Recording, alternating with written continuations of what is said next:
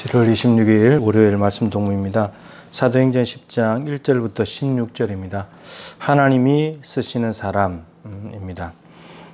이제 오늘 10장은 굉장히 중요한 장입니다. 아시는 대로 베드로와 고넬료가 만나게 되면서 이방인 선교에 대한 한번 획을 긋는, 그러니까 예루살렘, 온 유대, 사마리아 땅끝인데 이제 사마리아 지역에 있는 이방인을 구원을 시작해서 이제 점점점 저 땅끝으로 가게 되는 아주 중요한 획을 긋는 사건이 일어나는 장면입니다. 그리고 이 사건을 통해서 이 사건의 경험이 사도행전 15장에 갔을 때 예루살렘 총회에서 중요한 또 증인의 역할을 하게 되는 그러한 사건입니다.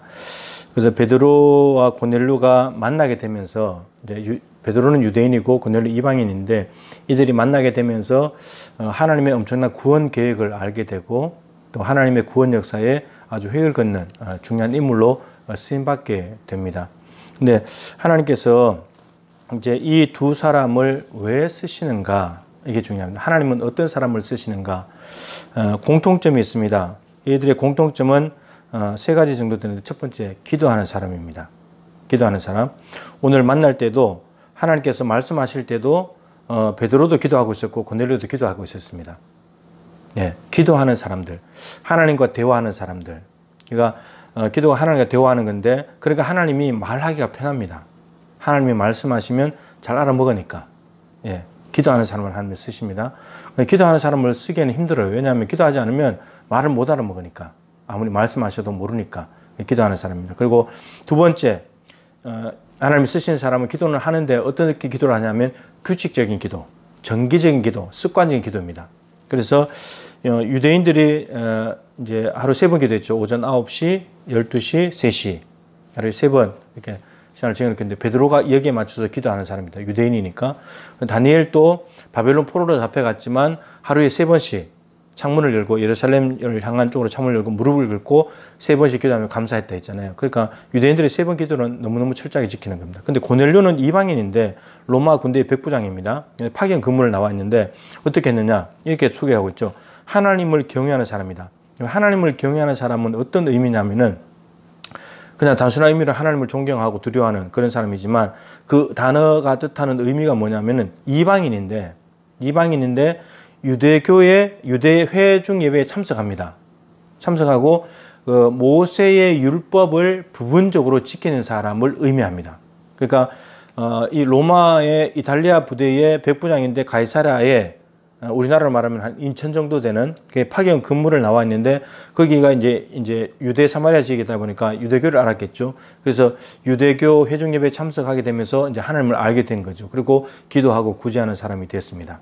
그리고 이제 그러면서 규칙적으로 기도하는 시간을 가지게 된 거죠. 그래서 여기 보니까 제 9시쯤에 기도했다 이렇게 되어 있습니다. 오후 3시에 기도하는 거죠. 그러니까 유대교 회중 예배에 들어왔으니까 유대인들의 습관을 들었을 거고 하루 3번씩 기도한다는 걸 듣고 이 고넬료도 따라했던 것으로 보입니다. 그리고 그 기도가 하나님 앞에 상달되었다 이렇게 말할 만큼 기도에 열심히 다하는 사람이었죠.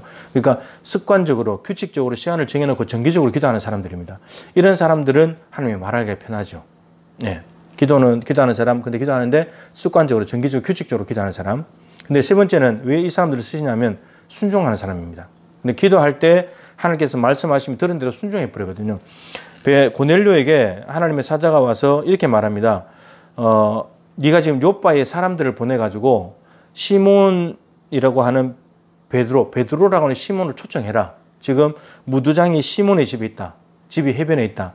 요바는 어디냐면은 대전을 예루살렘으로 봤을 때 이 서쪽으로 가서 서해안 쪽에는 안면도 정도 되는 안면도고 가이사랴는 인천이라고 했죠. 인천에서 이제 안면도까지.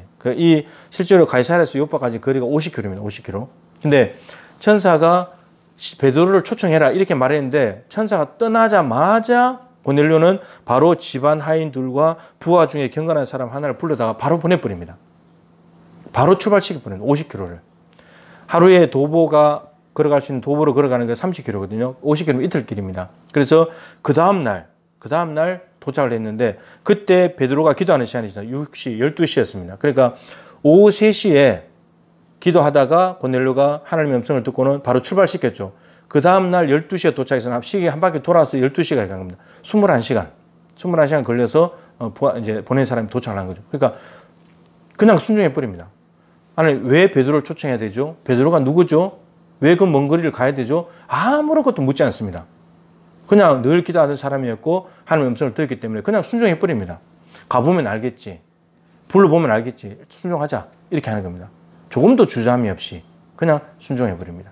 그러니까 고넬료에 쓰시는 거고, 그리고 베드로는 순종하기까지가 조금 충돌의 과정이 있습니다. 왜냐하면 이 보자기 환상이 내려와서 부정적인 짐승들인데 잡아먹으라고 했거든요. 근데 이 부정적인 짐승은 레위기 11장 말씀이나 여러 군데 말씀을 통해서 부정적인 것을 먹지 말라고 했거든요. 하나님의 율법입니다. 근데 율법에 그렇게 되어 있는데 베드로는 유대인이기 때문에 유대교 율법을 지키는데 근데 하나님의 음성을 들려오기를 잡아먹어라.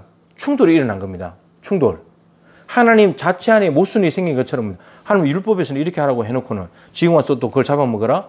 부정한 것을 이렇게 충돌하는 것처럼 보입니다. 근데 이건 환상이잖아요. 실제로 뭐 부정한 것을 잡아먹으라는 것이 아니고 여기에는 영적인 교훈이 담겨져 있는 거죠. 하나님이 또 다른 진리 세계로 인도하기 위해서 충돌의 과정을 거칩니다. 충돌이 일어났는데 그 충돌이 일어나더라도 순종해서 가다 보면 하나님께서 결국 왜 이렇게 하시는지가 드러나게 되는 거죠. 근데 마침내 베드로가 여기에 순종을 하게 됩니다.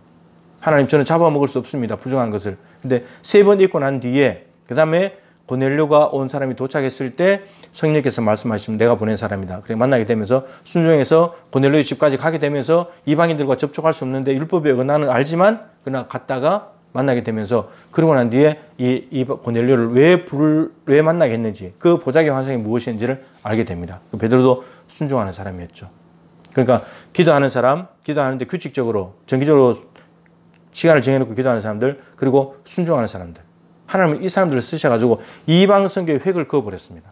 사도행전에서 한 획을 긋는 사건이 이 고넬료 사건. 물론 8장에 에디오피아 간다게, 여왕 간다게 국군을 맡은 넷이 이방인이 먼저 구원을 얻게 됐지만 그는 에디오피아만으로 좀 제한된 것 같고 이제 아프리카 쪽으로 갔다면 이제 이 고넬료는 이제 저 위쪽으로 가서 서쪽으로 가는 이런 선교의 물꼬를 트는 시간이 바로 이 사건입니다.